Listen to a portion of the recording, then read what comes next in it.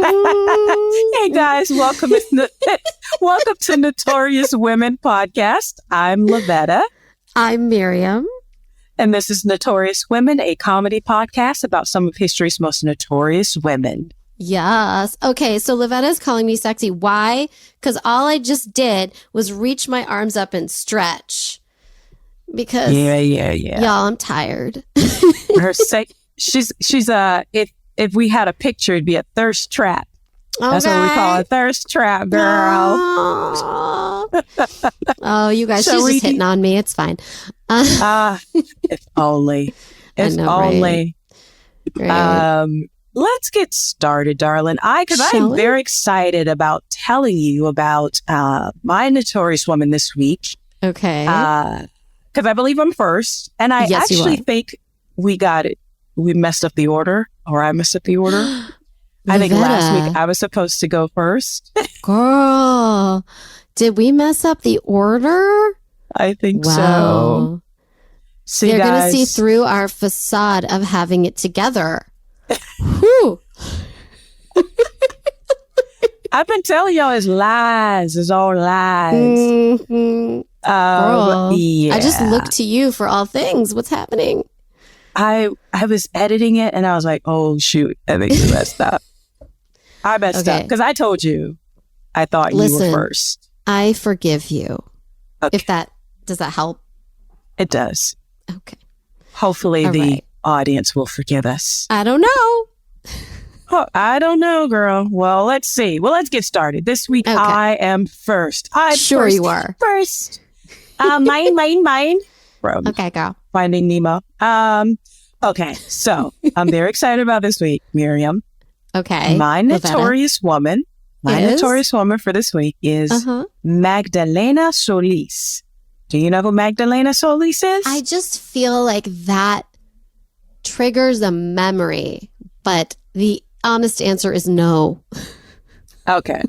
Well, let me tell you about a little bit. Well, first off, let me back up to picture this. 1963. Is it Sicily? Okay. No. Go on. Golden Girls reference. Got it. Yes. Okay. Okay.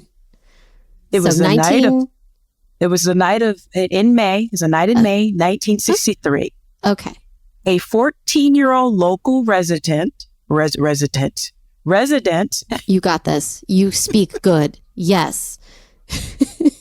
I speak a good English. I'm so proud. Okay. That's a terrible accent. Of nothing, actually. I don't know. Is it Mario Brothers? Is it like... Yeah, no, it's like the spoof of Mario Brothers. It's like the SNL spoof of Mario Brothers, which I highly recommend. Side note. Okay. So it's May 1963 in Mexico. Okay.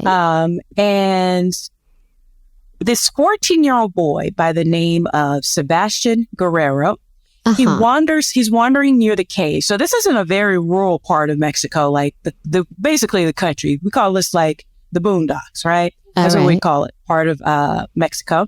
He's near some caves. He's just, he's 14, so he's doing what young men do. When he comes across this really weird sort of like, I guess it's just a ritual of some kind. He hears he sees lights and he hears noises. And so it's at night, so he can see it from a distance. It kind of reminds me of the description of this when I was researching it. Basically, the scene in Indiana Jones and the Temple of Doom. Oh man, that's been a few years since I've seen that. Yes, so it's basically kind of like he sees lights and he goes and he hears noises. So he goes into another part of these caves and he goes in and he silently watches a person being slaughtered by a group of people. Oh my God. So this was not the witch ritual I was envisioning. No. Okay. No. Okay. And it's near, and the name of the town is Yerba Buena. Yerba Buena. Buena, right? Okay. So he freaks out. And again, he's 14 years old. He runs back to the town of Villa Grande, which is near, it's about 25 kilometers, which is... What is 25 kilometers? Oh, she's got to do math, you guys. Everybody. Because we're Americans and we don't. So it's about a little bit, it's a little bit over a mile, a little bit in a mile. So it's not too far, right? So he runs back, but again, he just saw this terrible thing. So he runs back to the nearest town and he goes to the police station and he tells them what he saw. And he says it's a group of murderers and they're preying on a human being. They're killing him and they're drinking his blood. Oh my God. Oh my God. Huh. So it sounds ridiculous. And because it sounds ridiculous, the cops are like, you fool. They're like, they started clowning him, like, and he's like, no, I'm telling you, this is like, I saw this. And they're like, oh, the boy's obviously on drugs. Something's wrong. He's a street kid, whatever. Like a lot of incompetent cops do. They just chalk it up to he's just been an asshole, or he doesn't know what he's doing and he's just raving lunatic. Something's wrong with it. Right. So okay. Then the next morning, an officer by the name of Luis Martinez takes the boy home. And but before he goes home, he's like, well, take me to this place that you say you saw these quote unquote vampires, because the boy's like, vampires, right? Right. And so they go towards the place. Neither one of them are seen alive again. What? So because an officer is now disappeared, the police start thinking, I mean, maybe there's something about this vampires. I mean, surely it can't be vampires, but maybe there's something going on, because, Mexican culture they believe in the afterlife, the spirit world. They're thinking maybe some dark shit going on, basically, some voodoo, their version of voodoo, basically, right? Okay. So not like an episode of Buffy or anything. Okay. No. Yeah, okay. So on a few days later, on May 31st, 1963, the police, because again, an officer has disappeared. Right. They left with this kid. The officer goes away with the kid, and then they both disappear. So on May 31st, 1963, the police, in conjunction with the army, deploy an operation to Yerba Buena, and they descend upon this place. And there's gunfire. It's like a shootout. It's like something out of a movie. At the end of it, when all of this clears, at least 6 people are dead, and a woman by the name of Magdalena Solis and her brother Elazar are arrested and eventually sent to prison. Okay? So let's rewind. What? So that's May of 1963. So let's rewind a little bit for the previous year in 1962 and early 1963, where we find brothers Santos and Cayetano Hernandez. So Santos and Cayetano, they're basically a bunch of petty criminals. Who knows? They could have been orphans on the street, so they have to kind of scam and find their way to make a living, eke out a living. Who knows? Or maybe they're just petty criminals. So they're having money problems. They're trying to come up with a gimmick. Gotta have a gimmick, right? Gotta get a gimmick. So they enter the town of Yerba Buena and they figure out, now again, Yerba Buena is very small, very, very small. It's like the boondocks. It's like a small boondocks town of a small town. Wow. Okay. It's in northern Mexico. And the town technically only has about 50 people who live there. What? Yeah. So this is, again, it's the boondocks of a small town. So Santos and Cayetano come up with this thing where they're going to dupe the local people. They're very, very poor and they're mostly illiterate. So they decide to run a scam. Basically, they're snake oil salesmen who come to town and say that they're prophets and they are basically reincarnated Incan gods. Okay, that's a gimmick. I can get behind it's a gimmick. That. It's the same thing as like a preacher man come into a small town. Yeah, I can make it rain. Yeah. Right. Again, Incan and Mayan, these are the indigenous cultures of this area, of this part of the world. Okay. So they convince the local town people, again, it's only about 50 people in this small town. That's like a family. Yeah, exactly. Yeah. So they basically convince them that if they work for them and worship them, they will bless them with hidden treasures that are hidden in the caves and the mountains in the surrounding village. So again, this is a small boondock village of a small town. Okay. So they basically do a bunch of cons where they do performative acts that seem like rituals to the townspeople. It's like, I made it rain and I was like pouring water that I bought in the other town. Yeah. Okay. Exactly. It's a snake oil salesman. It's like, in the northern part of it, in North America, we're used to this, like in the Wild West or like the Midwest, like the old, prairie where you see the snake oil salesman. I mean, they've made musicals about it. The Music Man, all this stuff, right? I feel like I've seen it in 19 different iterations.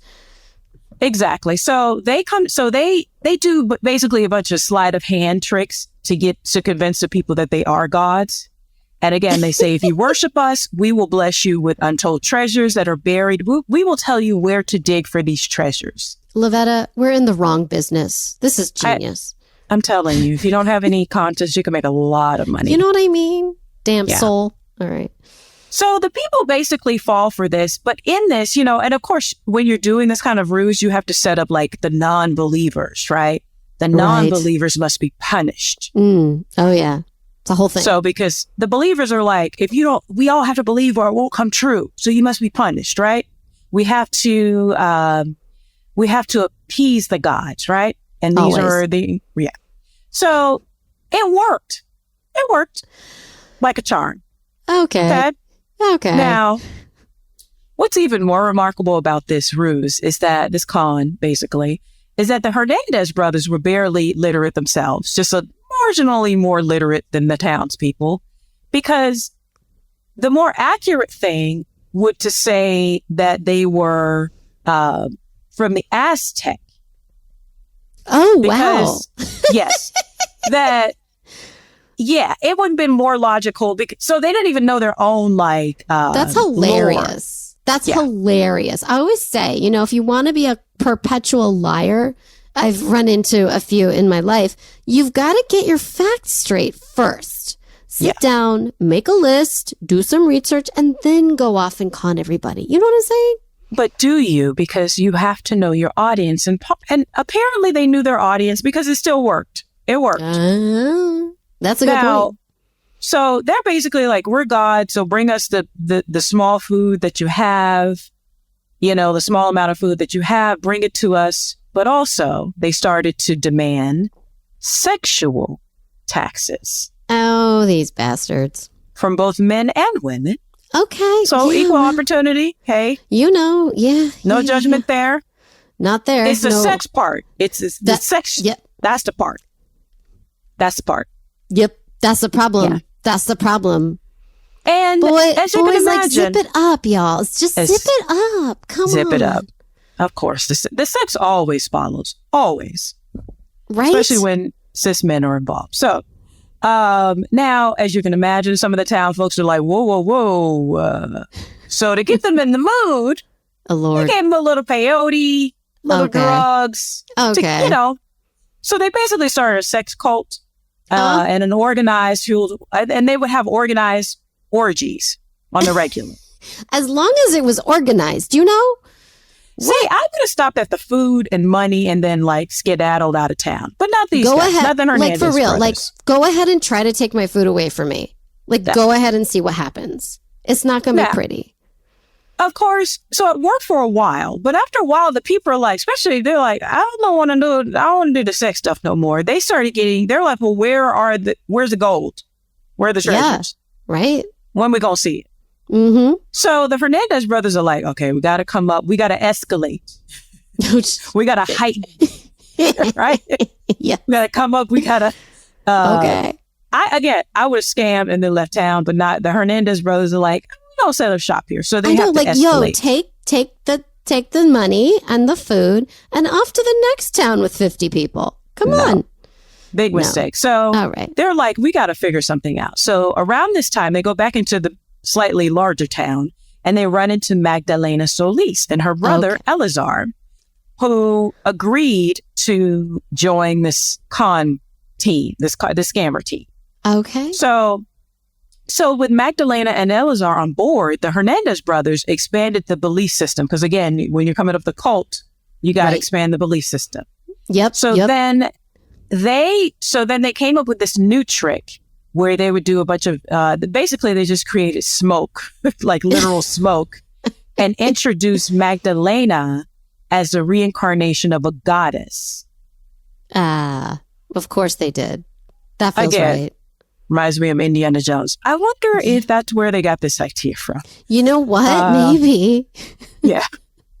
So and again, the people are high on peyote. It also reminds me of the Charles Manson cult, because oftentimes those, and not to make excuses for what they did, but oftentimes it would be orgies and a lot of drugs, because these kids were also homeless in the quote unquote the Manson family. I mean, that's a great way to suck people in, is to mess with their cognitive abilities. And people are desperate. So they obviously, and it's just such a shame. So Magdalena was like, okay, so apparently it worked. So they're like, oh, a goddess. Because again, this is a heightening of the scam. Right. Now, shortly after joining this con, this long con, Magdalena, she took to it like a flea to a dog. Okay.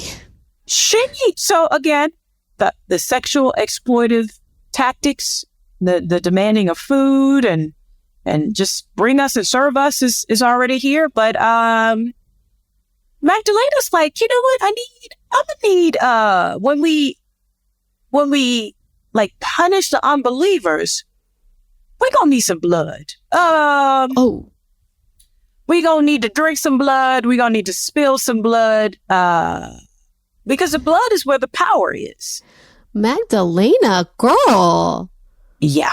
Okay. So, especially because after she shows up, that works for like maybe a week. And then the people are like, so nothing shit, where's the gold?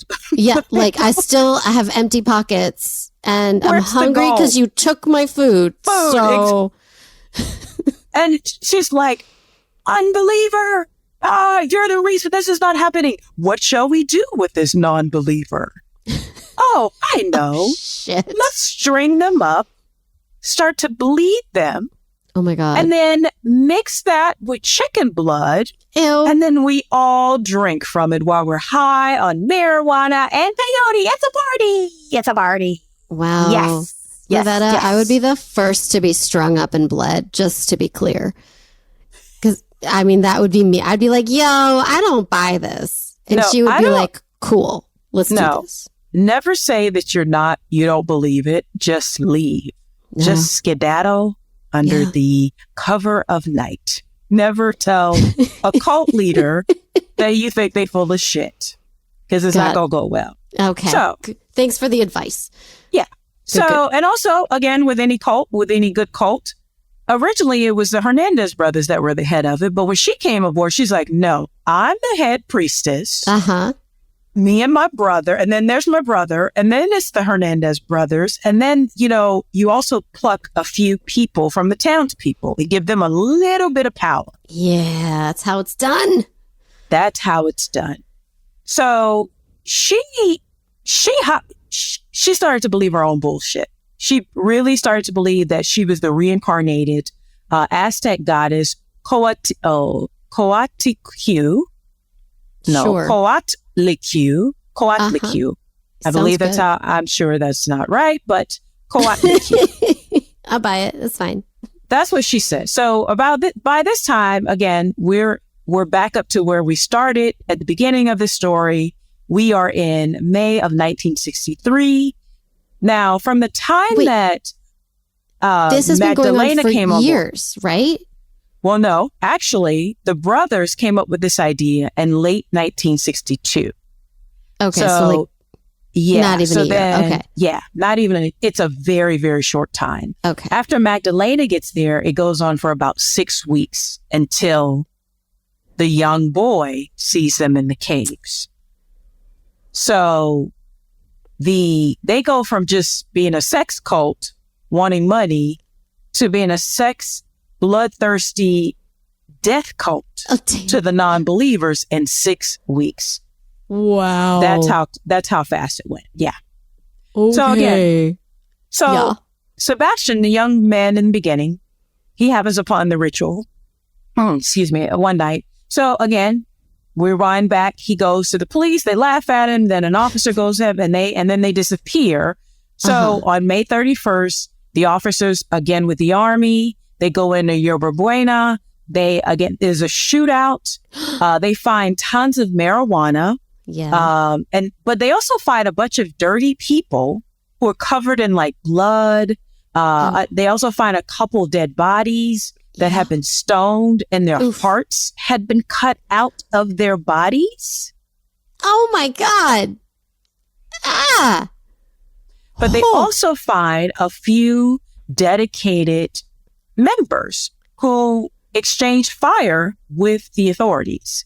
Dang. Yeah.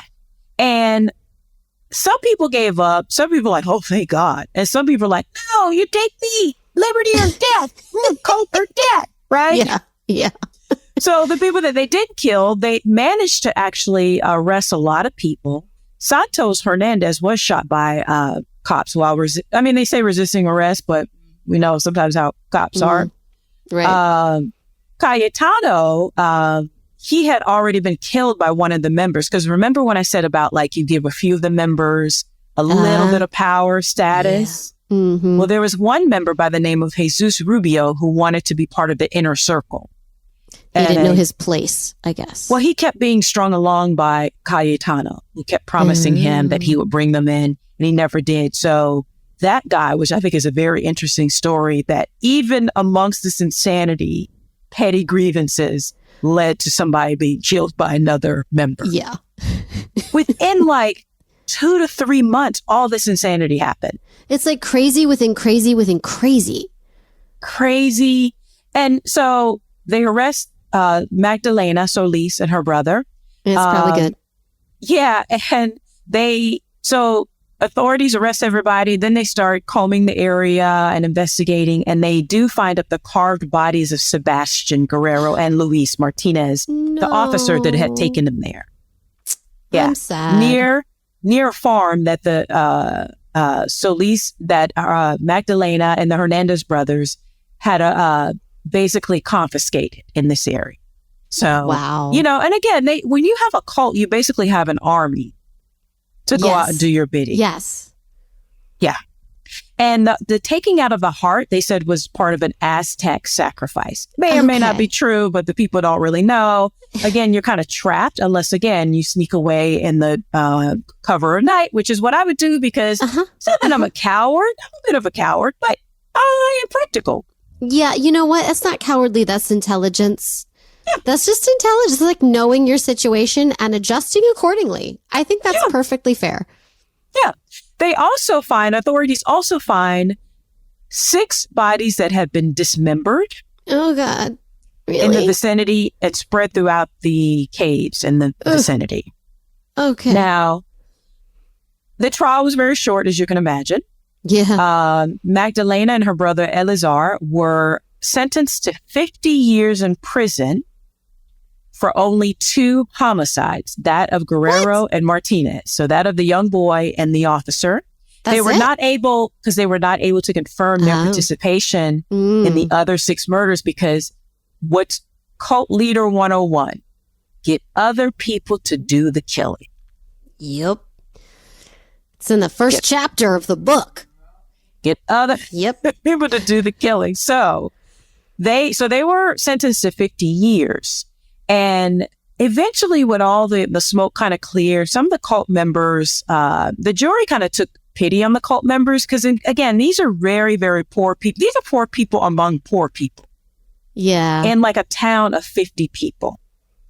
So those who were arrested and who were unrepentant were sentenced to 30 years for 6 counts of murder because it was a group gang murder and lynching. Yep. But those who seem repentant and confused and ashamed, because again, these are very illiterate and poor people. A lot of the people, so the jury took pity on some of these people and let them back out into society.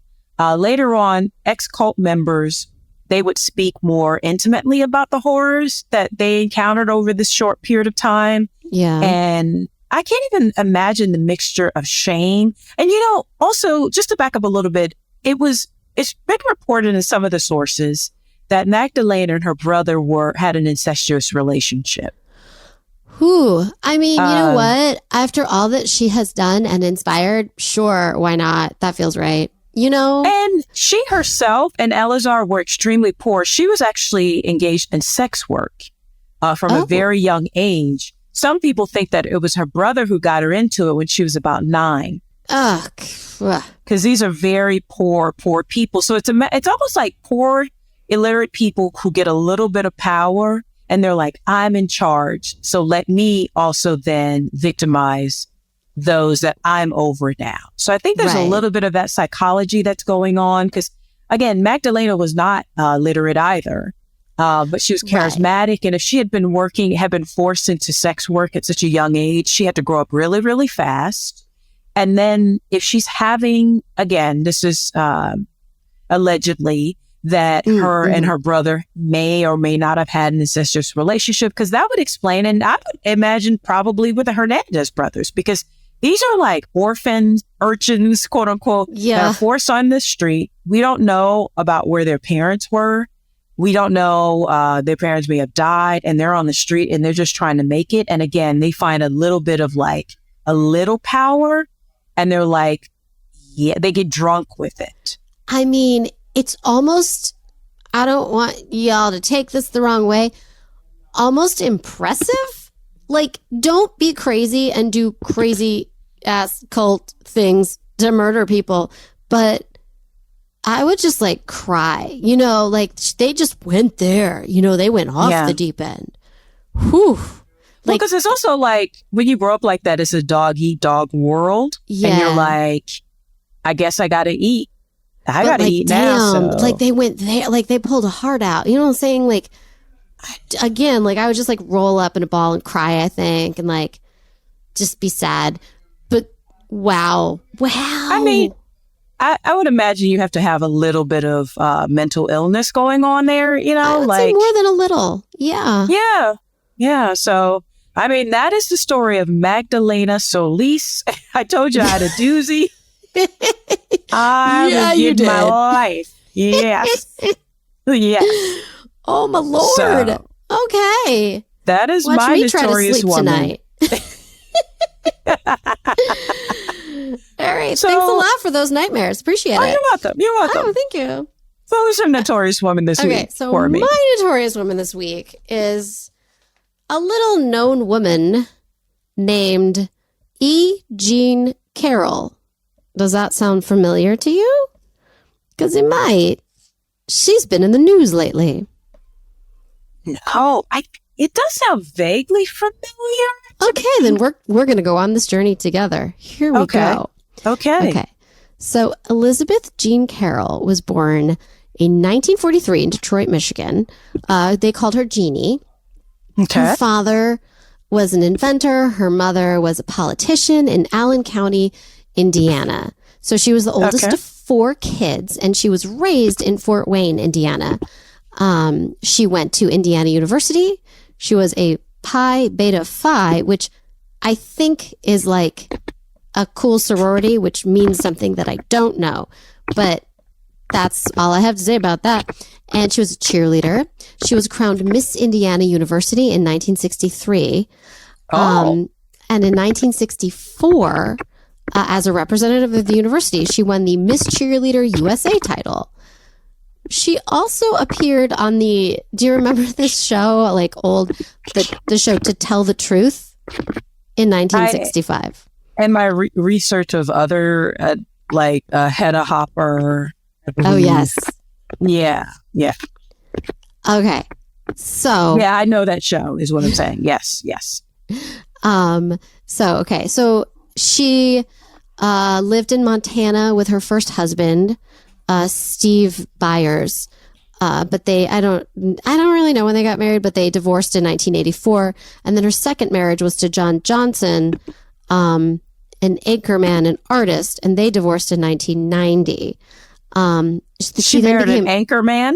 Yes, she did. And she was a journalist in New York City. Okay. Can you imagine marrying Will Ferrell from Anchorman? I can't. It's the mustache. I can't. Oh, my God. So funny. So she had a column in Elle. You remember, Elle magazine? called Ask E. Jean from 1993 until 2020. It was widely read and acclaimed for her opinions on sex, her insistence that women should never, never structure their lives around men, and her compassion for letter writers experiencing difficult life situations. So, right? This girl right here. So when it debuted, Amy Gross, who was a former editor-in-chief of Elle, she compared the column to putting her on a bucking bronco, that's in quotes, describing her responses to readers as, quote, the cheers and whoops and hollers of a fearless woman having a good old time. So they called her writing style, which was like full of humor, as quirky, cheeky, and irreverent. No, I like this. So she also wrote for Saturday Night Live in the mid-1980s, which was a solid time for SNL, I gotta say. She was nominated for an Emmy for Outstanding Writing in a Variety or Music Program in 1987. Wow. So that she had this, like, she just did, it sounds like she did all the things she wanted to do, and she did it successfully. So from 1994 to 1996, she was the host and producer of the Ask E. Jean television series that aired on NBC's America's Talking, which was the predecessor to MSNBC. No. Entertainment Weekly called her the most entertaining cable talk show host you will never see. Carroll and the show, they were nominated, the show and her were nominated for a Cable Ace Award in 1995. So she also wrote a ton of things for The Atlantic, for Vanity Fair, for Esquire, Outside, for Playboy. She was actually Playboy's first female contributing editor. Okay. She was known, this is what I read. She was known for her gonzo style first person narratives. I'm assuming that's a reference to Gonzo from the Muppets, which I love very much. Very, very much. Me too. So she like hiked into the Star Mountains with an At-Balman tracker and a Telefoman warrior. I don't 100% know what that means, but it sounds cool. Okay. So because she went kind of everywhere to explore all kinds of lives. So she chronicled lives of basketball groupies in a story called Love in the Time of Magic. This was interesting. So she went to Indiana to investigate why 4 white farm kids were thrown out of school for dressing like black artists in an essay called The Return of the White Negro. She tracked... Yeah. Okay, wait. I got questions. Yeah. Oh, well, you have questions. So was there blackface? See, I don't know. I couldn't really I'm going to go with yes. I'm just going to say that if they did that in the 90s, okay, in Indiana, then yes. The white Negro. Okay. Yeah. I've never heard of maybe I'm that. wrong. It's an alleged yes. Okay. But the white Negro. Okay. Yeah. Do you need a minute? I feel like that's fair. Yeah. Because it sounds like obviously she has comedy chops, so it's like, was that tongue in cheek? Was it satire? But white Negro? Knowing about her, I think it's a satire. I mean, nowadays we say wigger, but so this preceded that. But I did not know that. Oh yeah, I did not know that. Yeah. Oh, one of my friends who's not American, who's black but who's not American, got mad at me when I said that. I was like, "What? That's like, yeah, that's what it's called. It's like just what it is. Welcome to America." Yeah, you know it when you see it. It's like corn. But I digress. Go ahead. Okay. So another thing she did, I'm saying all this stuff because it's all so different and random. Check this out. She tracked down her old boyfriends and moved in with them and their wives, and stayed with them for a bit. She also went on a camping trip with Fran Lebowitz.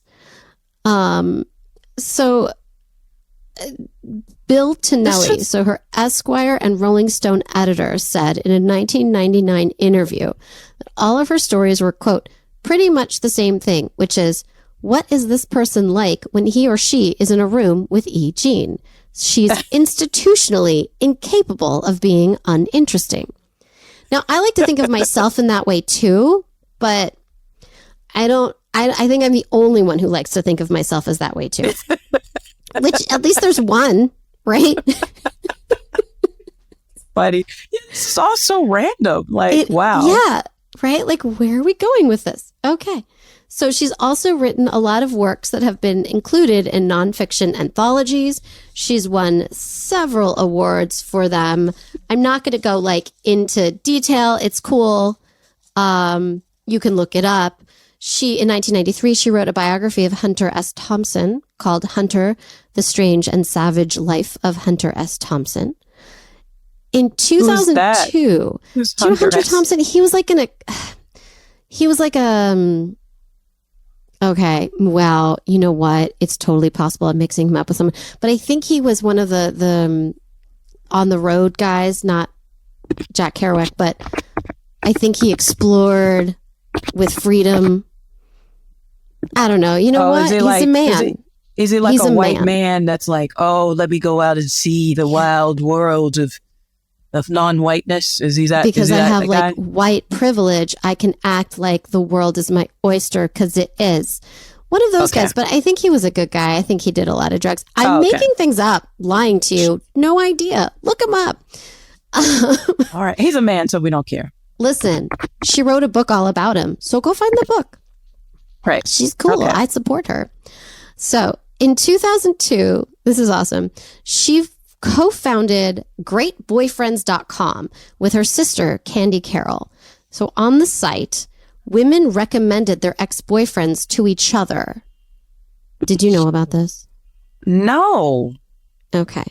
So Great Boyfriends, isn't that amazing? It was acquired by, he's a great boyfriend. You want to keep him to yourself in case you want to circle back around. I know, right? Like, listen, I might come back to that. Yeah. I mean, right? If he's that great. Listen, she sold it, the knot.com. Remember the Knot or the Knot Incorporated? I know the Knot because that was the website I used when I was getting married in the year 2005, which is when they acquired it, actually. Okay. In 2004, she launched catch27.com, which was a spoof of Facebook.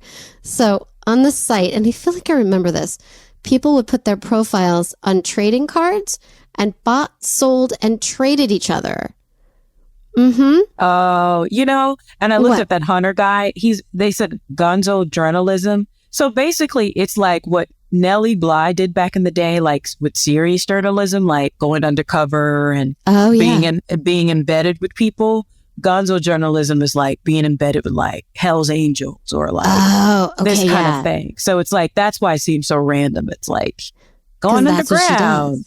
Okay. She's so, to me, that's very, very brave. She like looks at what might be like. To me, it sounds exhausting. Yeah. I would never do it. But I feel like this gave her life. Like this was like, I think she loved it. So she launched an online version of her column AskEjean.com in 2007. And then in 2017, around then, she co-founded Talkify, which was a personal concierge for dating. I don't know if that's still around. Oh, I've never heard of it. Patty Singer, move over, huh? Right, right. So she's working, she's doing her thing. In the late 1990s, an incident of sexual assault occurred to her in a hotel elevator with Les Moonves. Now, I don't know how to say this guy's name, but you've seen him like on the news. He was a CBS corporate executive. Now, she had interviewed him for a story and then got into a hotel elevator, and she allegedly was sexually assaulted by him. In 2019, years later, she was one of 13 women who accused him. He obviously denied the accusation. So if you look him up, he has paid off so many women millions of dollars. so many, like hundreds of millions of dollars. And I read that the money that he used to pay them off came from CBS itself, and that he donated his money to like the Me Too movement. Oh, yeah. And just for people who don't know, who aren't in the industry, Les Moonves is very, very powerful head of CBS. Very, very powerful. Former actor turned studio exec. Yes. And then after CBS did fire him, or network exec, of course, he started another company in 2019. So, don't worry. Oh, yeah. And his golden parachute was how much? It was $5 gazillion. Yeah. So, allegedly. Yeah. Allegedly. And I believe people also said allegedly Les Moonves had a personal grievance against Janet Jackson. Like, he's the reason that they went after Janet Jackson so hard for the wardrobe malfunction. But he purposefully wanted to take down the woman. Wanted to take down. Right. Yeah, that feels right. Yeah, that feels allegedly right. Allegedly, exactly. I allegedly agree. Yeah. So many allegeds. So here we go. And June 21st in 2019, she published an article in New York Magazine, which stated that Donald Trump had sexually assaulted her in the late 1995, early 1996. Oh, now I know who this woman is. Yeah, okay. Now you know who she is. In the Bergdorf department store in New York City. She further detailed the alleged incident in her book, What Do We Need Men For? A Modest Proposal. I thought you would like the name. Well, we're cackling internally. I know, right? Or externally. So she said, as maybe we've read recently, she was on her way out of the store. She ran into him. He had asked her help buying a gift for a woman. She suggested a handbag or a hat. They joked around, moved to a lingerie section, joked about trying some on. I won't go into details. Then they ended up in a dressing room, and she allegedly alleges that he sexually assaulted her. He denied everything. He claimed he had never met her. She provided a magazine, the New Yorker, I think, or one of those, a photograph of her socializing with him in 1987. And of course, he dismissed the photograph's significance. But also, she's a high profile woman. Yes. I feel like, so it's not like she's like an unknown. This is obviously a high profile writer. So, yes. You've never met her. I mean, really? Because here we are at a gala, asshole. Yeah. So she originally chose not to describe the alleged assault as rape and described it as a fight. Quote, "My word is fight. My word is not the victim word. I fought." Which I get. Now, let me just say this. Yeah. It should be noted that this woman is basically like a adventurous writer, gonzo journalism. She's been embedded with probably some wild, crazy people. And that's anxiety I had listening to you at first, because I'm thinking that sounds like, it sounds exciting to her, but I'm like, that sounds like it's a lot of sleeping on the street or in tunnels underneath bridges. Mm-hmm. Like, that sounds exhausting to me. So, and I can see where she thought, I'm in a public place with a man I've run into several times. Well, not even that. She didn't have this issue, the fear of sexual assault, when she's in more dangerous, like maybe on the street, maybe around, addicts, maybe around people who are more destitute and desperate, who are supposed to be more violent, quote unquote, according to society. She gets assaulted by wealthy, upscale businessmen who supposedly come from good homes and good families in public places, in an elevator and in a high-end department store. This is where she gets assaulted. Okay. This is right. Allegedly. All the things your mama tells you not to do, right? Don't sleep outside with strangers. She was fine. She's fine. Yeah. This was the problem. So, interesting. So in November 2019, she filed a defamation lawsuit with the New York Supreme Court. And it stated that Trump had damaged her reputation, substantially harmed her professionally, and caused emotional pain. She stated, quote, "Decades ago, the now president of the United States raped me. When I had the courage to speak out about the attack, he defamed my character, accused me of lying for personal gain, even insulted my appearance." She stated that, unquote, and then she said that she was, quote, "filing this lawsuit on behalf of every woman who has ever been harassed, assaulted, silenced, or spoken up, only to be shamed, fired, and ridiculed and belittled." Amen. So, that's yes, right, girl. Girl. That's right. The White House press secretary, Stephanie Grisham, ooh, yeah, I remember her, described the suit as frivolous and claimed her story was fraudulent. Cool. She was fired from Elle February 2020. Now, she wrote on Twitter that she was dismissed because, quote, "because Trump ridiculed my reputation, laughed at my looks, and dragged me through the mud," unquote. Elle maintained that the decision to fire her was a business decision unrelated to Trump. Alleged. Oh, this poor woman. Also, because, this is why people who are assaulted, go through this horrible thing, are afraid to speak up, particularly if the person has any kind of status or power. Yeah. It's the ridicule. And then, I hate when people are like, well, she doesn't look hot, so only like really hot, sexy women. And again, this was years earlier, but only they get assaulted? No. And it's one not of the about tactics, looks or sex. It's about one of the power. tactics is like, because this happened 30 years ago. Let me show you a picture of her now. Let me, this was 30 years ago. A. B. People do this shit to all kinds of people.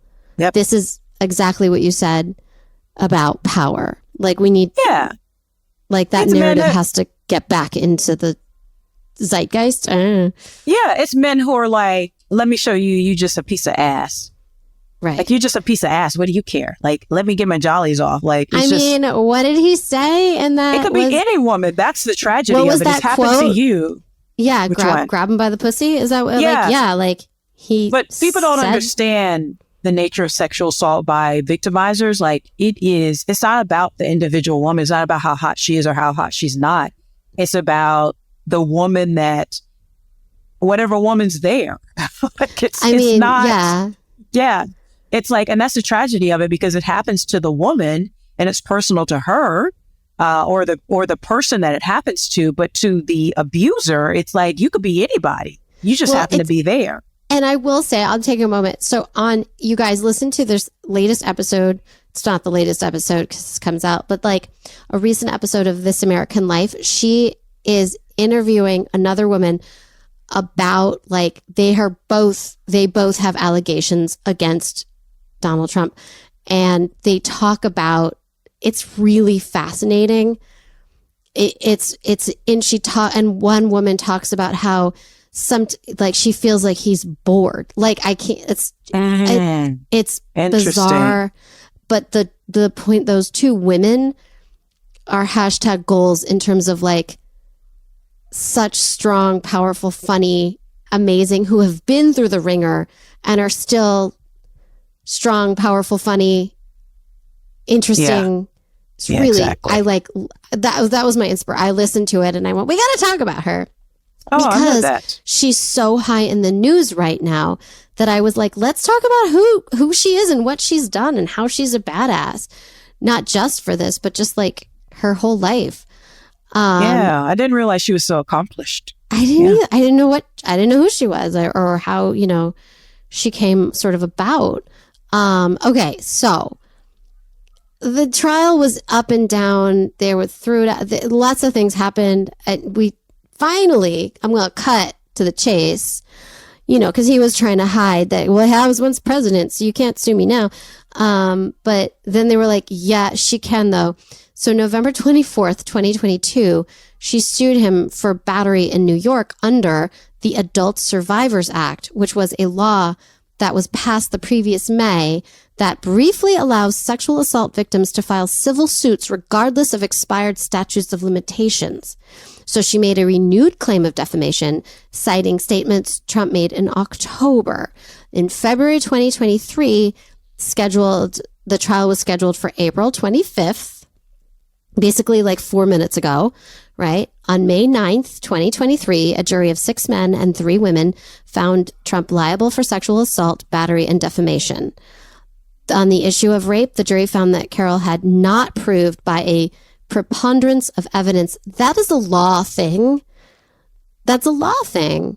And also it's hard to prove rape. Like it's this really many hard to years. prove that years and years later. Also, unless even like when it just happens, it's really hard to prove. But it's certainly decades later. So. She was awarded, as maybe you all know already, $5 million in damages. $5 million. $5 million. And good for her. Boom. Yes. Boom. Okay. And all he had to do was keep his little tiny, thin-lipped mouth shut. Yep. But he can't. So she got money. Let me rephrase it. All he had to do is keep his tiny, thin-lipped orange. Yeah. Orange. It's orange. Getting oranger by the day. He's such an unattractive man. Jean Carroll. Jean Carroll. Boom. Yo. Boom. Okay. And once he tries to weasel out of paying the money, I hope she get says he's so rich, I'm richer than everyone. My Trump impression is terrible. Same, me too. Okay. But so he's always like, how do these women look? Dude, do you have a mirror? Like, you're not an attractive man. You've never been an attractive man. No. Apparently when he was younger, he was like, I'm a young Robert Redford. In what universe? Have you seen? Sometimes people's character shines so through that if there was an attractive quality about him, I could never ever see it. I was always like, ew, gross. Well, before he was a political person. Has he seen young Robert Redford? Because young Robert Redford, is yes, man. That scene in Sundance. Oh, when you walk into that room and the camera finds him at the table. Oh, yeah. I will do him favors. I will do him so many favors. The way we were. Come on. Come on. All the President's Men. Even in that, he made being a reporter and a nerd sexy. And I'm not usually into blonde guys like that, unless they're Brad Pitt or but even Brad Pitt's slightly brown haired. What's the guy from Australia? Thor. What's his name? Oh, what's his Chris face? Hemsworth. Yeah. That no, big I'm not ass mad neck. at him. Yes, but young Robert Redford. Trump thought he looked anything. He looked like young Robert Redford's thumb. That's what that motherfucker looked like.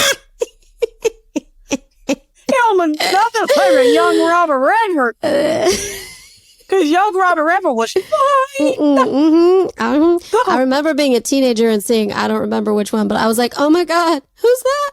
I remember being 6 or 7, really, really young, and being like, oh my God, he's so cute. Because when you're that young, you don't know. And then I get a little bit older and I was like, oh, that's why, And then I rewatched Butch Cassidy and the Sundance Kid as a grown ass woman. I was like, oh, I got the vapors. Okay. But I got a little bit older. It's this is why women used to throw their panties on stage. I get it. Yeah, young Robert Redford, this motherfucker he thought he looked like young. He obviously didn't own no mirrors. They have a lot of people that they pay to tell him lies. That's the only explanation I can think of. And it's even if you look like Robert Redford and you are sleazy, alleged sex offender, you're not sexy anymore. Yeah, no, seriously, character shines through, and I'm like, yeah, now you're ugly. Yeah, but also the delusion's not sexy. Delusion is not hot. It's you can not quote me hot. on that. But thank you for sharing E.G. and Carroll's story. Like, I think that's just so amazing. But I just find it ironic that she was such an adventurous spirit, and in these like scenarios that would on the surface give me much anxiety. I could never do what she did. That in these dangerous, embedded with these dangerous or, you know, potentially unsafe conditions. And she gets assaulted in an elevator with a rich executive, entertainment executive, and in an upscale department store with a purported like real estate mogul, like upper class. She's unsafe with the men that society says should be protectors. So y'all, women. Money and class don't protect anything, like in terms of that. They protect your investments. That's it. Exactly. And predators are always about like, you know, opportunity. Yeah. And access to people. And because they are, especially if they are powerful, they tend to have more access than the average person. Right? Like, just like, and also it makes my skin crawl how that changed, right? So you meet up with somebody that you casually know socially, right? And you think this is a reputable businessman, and he's like, oh, I'm buying this present for a girlfriend or whatever, or whatever. And you're thinking, when they mention the wife or the girlfriend, you're thinking you're safe, right? Yep. So you're helping that relationship. Yeah. And it's like a hat or a purse. So then you're talking, and then it turns to like, oh, lingerie, ha. But you're not thinking because your guard is down. And again, you're in a public upscale department store, right? Which is where the power play happens. Yeah. It also shows you how like, you can never get into the mind of a person, but it also shows you how the game is played, right? Because they don't, people think of like assault like, oh, it's a stranger in a dark alley, right? Like, or like it's a scary person, usually a man who like frightens a woman and holds a gun up to her head and all this other stuff. No, it happens like that, where you feel safe. And you know your guard is down. Yeah. I will say and it happens quickly. It happens quickly. What I love about her so much is that she knows she could not let him continue to go through life without somehow acknowledging and paying for his crime. It was not in her to let it slide, even though her name was on the front of my newsfeed for like 7 days in a way that I'm sure she was not appreciative of. Right. But that's why I was like, okay, let's get her name. Let's get her world. Like, let's round it out. So but give her the credit for standing up and fighting for what's right for everyone. Like, yes, girl, I love you. And also, I believe that anger is an underrated emotion, especially for women. She got mad because she probably was like, I'm gonna let it go. He's gonna get his comeuppance. And then this motherfucker, so not only do they assault you, attack you, then this motherfucker wants to drag your name through the mud by insulting your looks, your intelligence, ridiculing you. It's not even gaslighting because she's not buying into it, but she's like, motherfucker, keep my name out your motherfucking mouth. That sounds familiar. Right? You get angry, and I feel like a part of her is like, she got angry because he still got her name in his mouth. I'm doing that street talk. Motherfucker, keep my name out your mouth. Oh, we're going to do that? Okay, so, all right, bet. Let's do this. So listen, do you remember the First Wives Club? Do you remember the last scene when Ivanka Trump walks in and says, don't get mad, get everything. And she did. She got $5 million. Yes. So, I just find that like beautiful. A beautiful karma. Because he wouldn't just shut his mouth. Like, it kind of reminds me of like my girl, Megan Thee Stallion, who got some justice finally. That little gremlin 5-foot motherfucker, she was going to let it go, even though he shot her, because you're like, this is rap, part of the game. He kept keeping Meg's name in his motherfucking mouth. Not only did she let him slide, he should have been like on the released phone call that was released after the trial, he should have just been like, oh my God, she did me a solid. I'm going to do right by her. I'm going to keep my mouth shut. No, Meg wasn't even saying anything publicly. His little lip dick ass is the one that kept bringing it up and kept keeping Meg's name in his mouth. So not only did he want to assault her physically, he also wanted to publicly humiliate her because he's a man, she's a woman, and fuck that bitch, and da-da-da. And Meg's like, all right.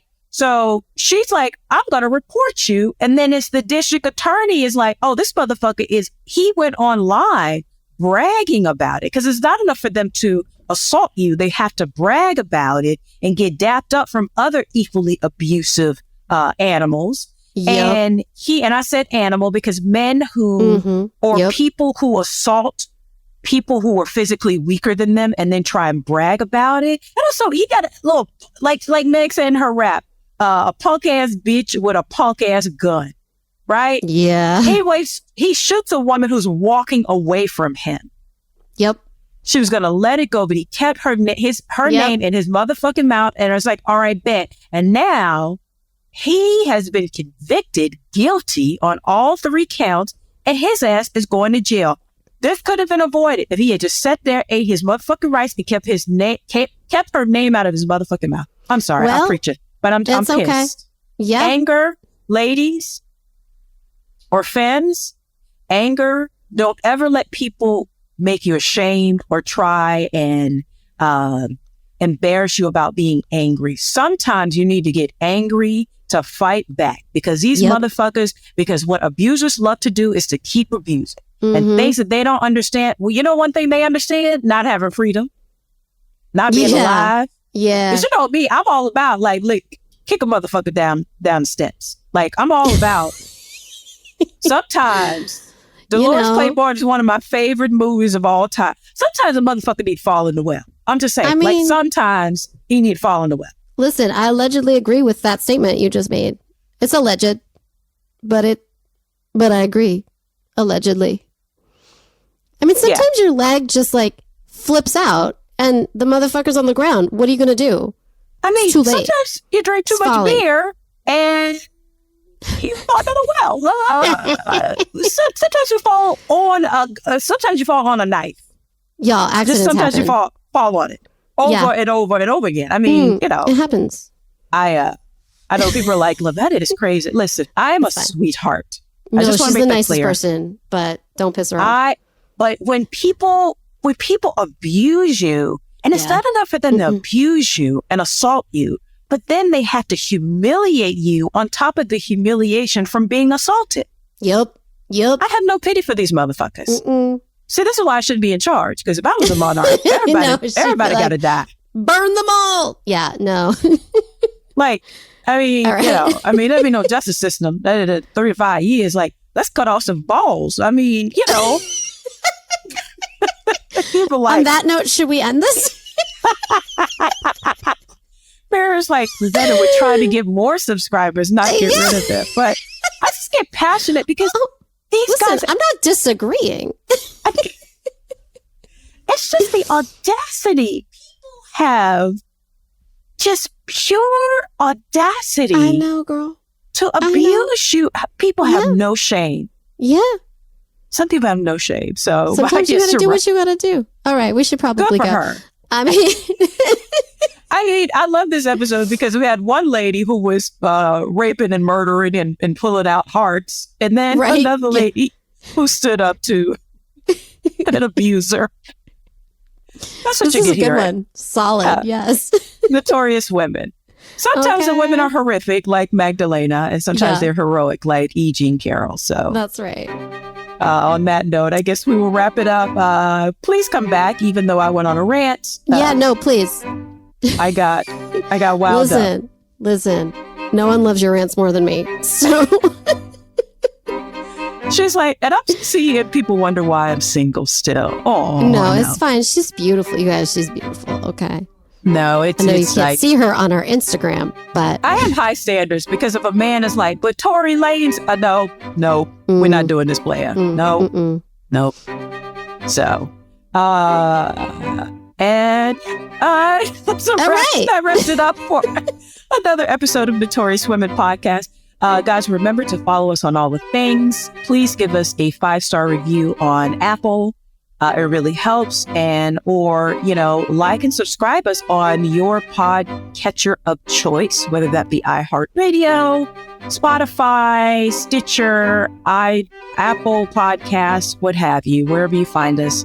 Please subscribe and also copy the link for the show and send it to your friends and loved ones to share the show. Because we are trying to grow. And let me know if you like my rant or if you want me to tamp down and be more submissive. I don't know if I could do that. What? No. But I can rant more, trust me. But I just, yes, you can. I was triggered. I was triggered today. So, but we do appreciate all of your support. Thank you to our patrons. If you want to support us on Patreon and become a patron, please follow us or go to patreon.com/notoriouswomen. That's patreon.com/notoriouswomen. And Miriam will tell you where to find us on IG. Yes. So on Instagram, we are just Notorious Women Podcast. Please to come and enjoy. I have lots of fun there. There's some funny things as well as some funky things. And if you want to email us, our email is notoriouswmpod@gmail.com. So you can send us an email. You can also DM on the Instagram if you want. Both work very, very well. Yeah, and come and tell us, and maybe tag us in some things and share, maybe some posts that you want us to weigh in on or repost, and let us know because. And again, this is Notorious Women, but that includes femmes as well. Yes. So we are 2 cis women, so we kind of stay in our lane, but we always love, to give a shout out to other femmes and our trans sisters. And, we're all inclusive here on this show. So we just want to put that out there. If you're a dickhead or if you are a transphobe or a bigot, we don't really want you to subscribe because that's not how we roll. You'll find evidence of that on our Instagram page, in fact. Exactly. Yes. So, all right. On that note, we will see you guys next week. Bye-bye. Bye.